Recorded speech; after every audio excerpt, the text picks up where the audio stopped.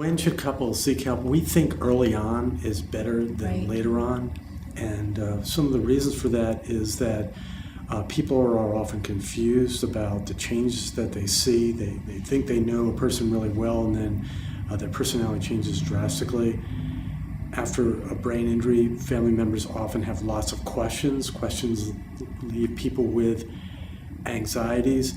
And also, early intervention is important because we find that sometimes people stop talking to each other and the relationship goes downhill. So we like to think that there's a preventative element of seeing a counselor early on.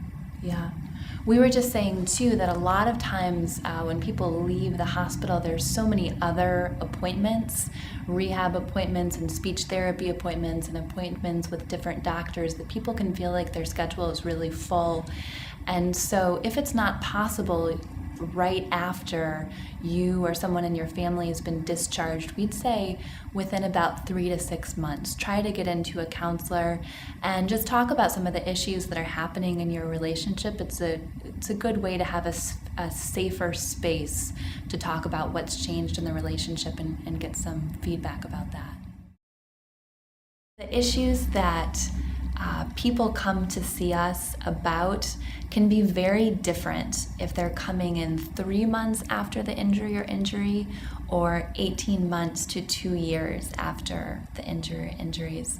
So initially, people are very hopeful that things will get better, that the person will be back or very close to the person that they used to be, and that's within 3 months to 1 year. After a year, couples start to say, maybe this is the way that things are going to be for a long period of time.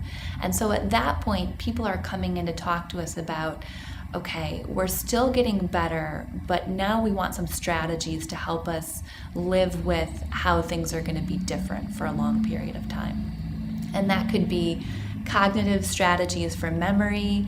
That could be how they could have an intimate or sexual relationship that's different now. It could run the whole gamut. In addition, to be completely honest, within the first year when people are very hopeful that symptoms are going to go away and people don't seem to mind as much when there are concerns related to the injury, like aggression or people being forgetful or forgetting where they put their keys. At about between the 2 and 5 year mark, people can become much more frustrated with the person who's had the injury. Why can't he or she do this or that? And so the chronicity of the concerns can create a lot of frustration and a lot of negative emotions. And so we try to work with people on that to kind of solve their solvable problems and help them live with the problems that they can't solve.